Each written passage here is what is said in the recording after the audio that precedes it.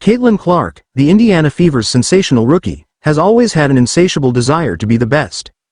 From her childhood in Des Moines, Iowa, where she competed with friends during trick-or-treating, to becoming one of the brightest stars in the WNBA, her drive for excellence has been evident.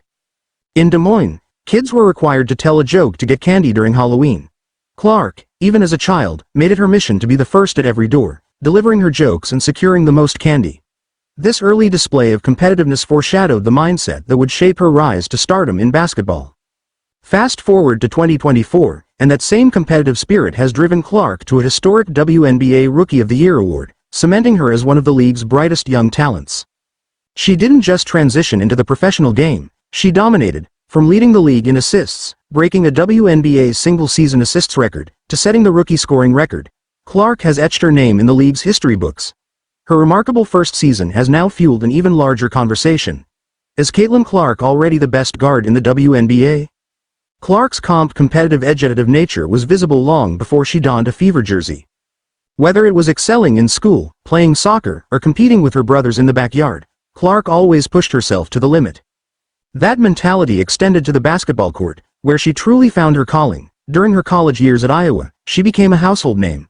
Clark was a two-time National Player of the Year and rewrote the NCAA record books, finishing as the all-time leading scorer in both men's and women's basketball. She also led the Iowa Hawkeyes to back-to-back national championship game appearances, becoming one of the most electrifying players in the history of the sport.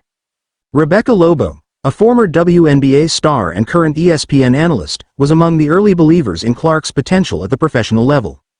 There are certain people who just love to compete and not only want to win at everything they do but want to be the best and want to dominate, said Lobo, comparing Clark's relentless competitive drive to legends like Diana Taurasi, Sue Bird, and Maya Moore. Lobo had boldly predicted that if Clark entered the WNBA, she would deliver MVP-caliber numbers in her first season. Lobo's prediction quickly proved accurate as Clark began to make her mark in the WNBA. After a grueling senior season at Iowa, many questioned how quickly Clark could transition to the professional game, especially with the higher level of talent in the WNBA. But Clark's blend of deep shooting range, court vision, and passing ability made her a natural fit in the league. Despite the steep learning curve, Clark quickly showed she belonged. Her start to the season was challenging as the Fever faced a brutal schedule, playing 11 games in 20 days, 7 of which were on the road. Clark faced immediate pressure from opposing teams, who deployed relentless defenses to try and stifle the rookie phenom. In the season opener against the Connecticut Sun, she scored 20 points but committed 10 turnovers, a record for the most turnovers by a player in their debut. Yet, Clark never shied away from the challenge. Rebecca Lobo marveled at the level of defensive attention Clark received. I have never seen a rookie, or any player for that matter, defended the way she was defended in the first 3 weeks of the season, Lobo said.